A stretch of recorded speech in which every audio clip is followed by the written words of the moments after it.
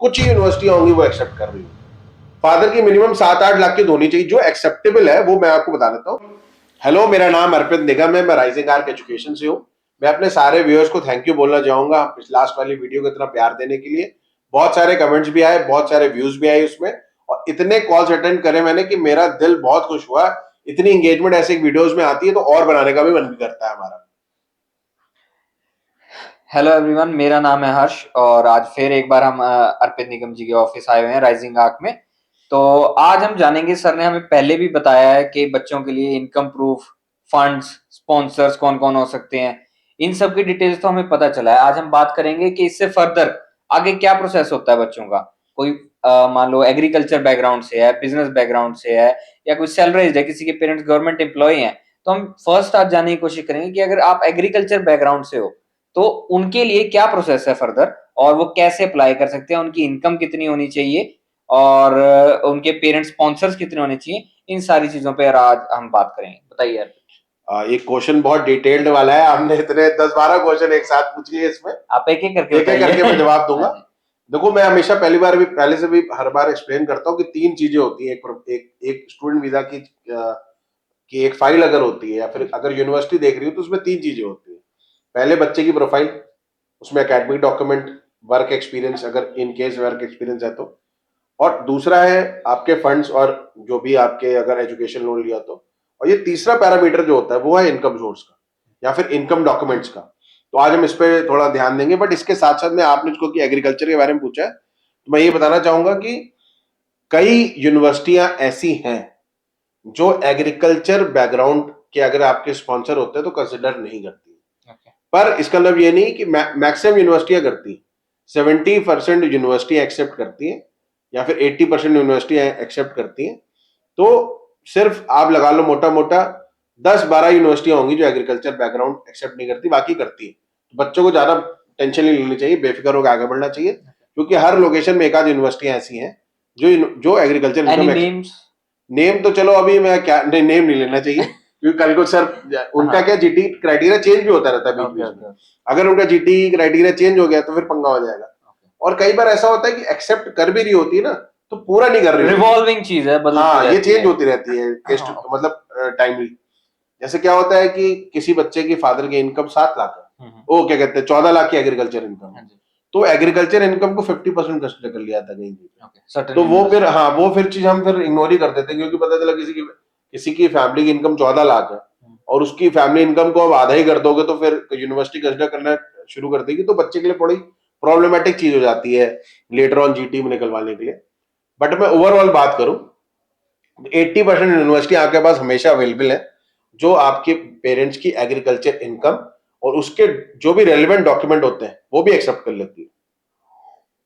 तो relevant documents की और फंड्स की बात करते हैं। चलो, रेलिवेंट डॉक्यूमेंट में मैं सबसे पहले आता हूं कि जो एक एग्रीकल्चर बैकग्राउंड के लिए जो सबसे मेन डॉक्यूमेंट है वो है income document, income certificate, sorry, income certificate. ये आपका तहसीलदार से बनता है और ये ई सेवा में अप्लाई होता है। आजकल ई सेवा हर जगह शुरू हो गई है, आप ई सेवा से अप्लाई कर सकते हो। तहसीलदार का इनकम सर्टिफिकेट होता है। ये पंजाब का एक मेरे पास, मैं आपको अभी स्क्रीन पे दिख जाएगा, ये एक सैंपल है डॉक्यूमेंट होता है, उसको फैमिली आईडी बोलते हैं, है ना, वो भी चल जाता है। ऐसी अलग अलग स्टेट के अलग अलग डॉक्यूमेंट है और ये चीज हर जगह वैलिड है। और this is the only document for a agriculturist जो एक्सेप्टेबल है। ये क्यूआर कोड वाला होता है, और क्यूआर कोड के अगर विदाउट क्यूआर कोड होता है तो फिर तहसीलदार की कॉन्टैक्ट इन्फॉर्मेशन चाहिए होती है। तो पंजाब में तो ई सेवा वाला बनना शुरू हो गया, तो यही ही वैलिड होता है। इसके साथ साथ एक ये चीज है कि भाई आईटीआर भी आपको चाहिए होती है। एग्रीकल्चर की आईटीआर आपकी भरी होनी चाहिए। आपने बस एक चीज ध्यान देनी है इस एग्रीकल्चर की आईटीआर में, कि आईटीआर में कोई और इनकम मेंशन्ड ना हो। पता चला आपने कोई और इनकम मेंशन करा दी और उसके आप प्रूफ नहीं दे पाए, तो लेटर ऑन आपको जो यूनिवर्सिटी है वो जीटी में परेशान करती है। तो जो एग्रीकल्चर के इनकम सर्टिफिकेट पे जो इनकम मेंशन्ड है, नॉर्मली किसी भी यूनिवर्सिटी का वो इनकम क्राइटेरिया जो होता है वो 12 लाख 13 लाख होता है। मैं मिनिमम 12 लाख लेके चलूंगा, वो ज्यादा फेवरेबल रहेगा। किसी किसी यूनिवर्सिटी में 10 लाख का भी क्राइटेरिया है कि 10 लाख का भी अगर आपका इनकम सर्टिफिकेट बना हो तो इट इज एक्सेप्टेबल। पर बढ़ती महंगाई को देखकर और डॉलर रेट को देख के मैं आपको ये बोलूंगा कि अगर आपका 12 लाख का इनकम सर्टिफिकेट है तो मैक्सिमम यूनिवर्सिटी आपकी जीटी क्लियर कर देंगी। हाँ, और जैसे फॉर्म्स होते हैं ये वेरिफिकेशन के लिए, इनके जे फॉर्म्स होते हैं। जे फॉर्म्स होते हैं हाँ, वेरिफिकेशन के लिए। तो कुछ एग्रीकल्चर जिनकी इनकम होती है पेरेंट्स की, वो कहीं आईटीआर फाइल भी नहीं करते। हाँ, ये भी है। ये भी होता है क्योंकि एग्जेम्प्ट इनकम है, तो आप डालो ना डालो या तो उससे फर्क नहीं पड़ता। जिसने बाहर जाना है, जिसका स्टार्टिंग से थॉट प्रोसेस रहा है बच्चे का या पेरेंट्स का रहा है, वो तो करवाएंगे, लेकिन जो नहीं करवाते हैं उनके लिए क्या ऑप्शन है? देखो, एग्रीकल्चर में एक्सेप्शन अवेलेबल भी है और कुछ यूनिवर्सिटियां कंसिडर भी कर लेती है, बट फिर भी मैं एक और बताता हूँ, थोड़ा और फिल्टर लग जाता है इसमें। आप लगा लो, अगर मान लो 80% यूनिवर्सिटी एग्रीकल्चर इनकम में एक्सेप्ट करती थी, तो 80 में से भी अब जो 80 का भी 50% है, वो आप लगा लो कि वो अगर आपकी पुरानी आईटीआर नहीं भरी हुई है, तब भी आपको एक्सेप्ट कर लेगी। बिकॉज अगर उसकी होलसेल इनकम एग्रीकल्चर की है और एग्रीकल्चर की इनकम नॉन टैक्सेबल है, तो वो आप वैसे ही एग्जेम्प्ट हो। आप सीए का एक लेटर लगा दो भैया कि हमारी तो अभी तक की इनकम जो थी नॉन टैक्सेबल थी, है ना, तो हमें आईटीआर भरने की जरूरत ही नहीं थी। सेकेंडली, इस बार हम आईटीआर इसलिए भर रहे हैं क्योंकि भैया हमारे बच्चे के लिए डॉक्यूमेंट रिक्वायरमेंट है याली, इसलिए हम भर रहे हैं। और इसके साथ साथ आप पुरानी आईटीआर भर दो, भले ही फ्रेश डेट की भरो, पर भर दो, और वो आप अपनी यूनिवर्सिटी को एक्सेप्ट करवा लो। क्योंकि भाई, पर इसमें फिर मैं आपको बता रहा हूँ, जो मैंने पिछली बार में थोड़ी देर पहले ही मेंशन किया, उसमें कोई भी एडिशनल इनकम होगी, इनकम इनकेस लगाओ, आप डेयरी इनकम भी लगाओगे या फिर मिल्क इनकम भी लगाओगे, तो भी वो प्रूफ मांग लेंगे। तो आपने ऐसी इनकम मेंशन करनी जिसका आप प्रूफ दे सको। एग्जांपल में देता हूं कि अगर मान लो कोई अपनी किसी की एफडी बनी है बैंक में, या फिर सेविंग अकाउंट का इंटरेस्ट आ रहा हो, तो वो आईटीआर में मेंशन होता है।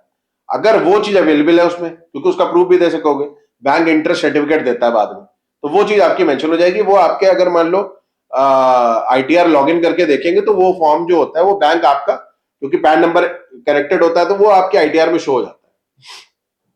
तो वो चीजें आपने बस ध्यान देनी है, अगर इनकेस आपकी रिसेंट आईटीआर है तो मैं बच्चों को ये बताना चाहूंगा, अगर पुरानी आईटीआर नहीं है, एग्रीकल्चर इनकम है फादर की, तो it is acceptable in many university. सब में नहीं है, बट मैक्सिमम यूनिवर्सिटियों में एक्सेप्टेबल है।